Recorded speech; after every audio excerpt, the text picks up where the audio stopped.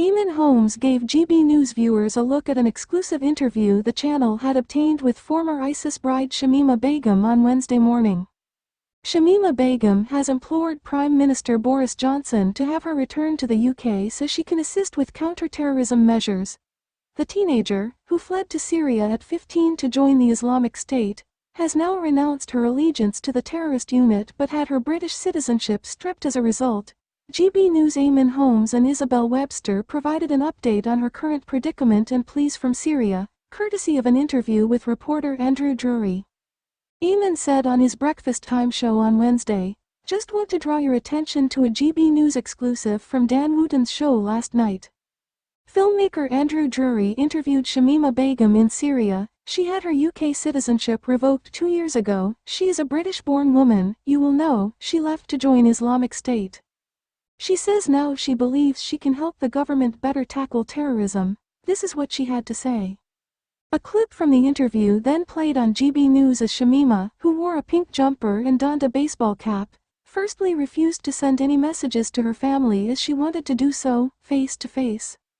Andrew later asked, "If the government came and spoke to you, would you be willing to them what happened?"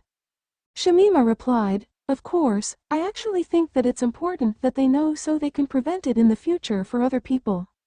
I think the fight against terrorism isn't a one-man job, it's multiple people with multiple skills," she continued before Andrew chipped back in to see if she felt she had the tools to help this kind of prevention. "I do, yeah," Shamima replied before the GB News cameras cut back to Eamonn and Isabel in the studio alongside security expert Will Geddes. Eamonn was keen to hear where Will stood on the situation and Shamima's latest pleas. "I've got many views, Eamonn," he replied, not many of which are very positive in terms of Shamima. The security expert went on, "Fundamentally, her assistance in helping the war on terrorism, it's probably a little late in the game.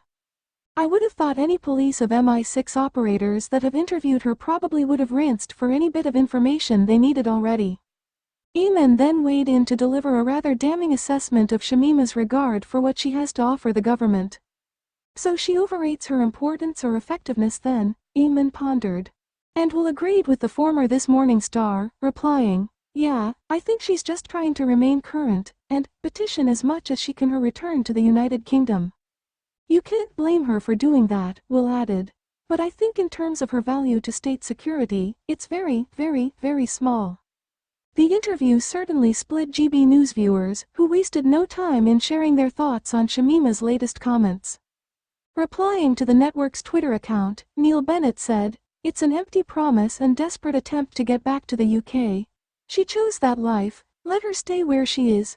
While Martin White blasted the channel itself, saying, "At Eamonn Holmes at GB News I am outraged. I deliberately avoided the Dan Wootton and Shamima interview as I don't believe she should be given airtime, yet you force me to see it this morning."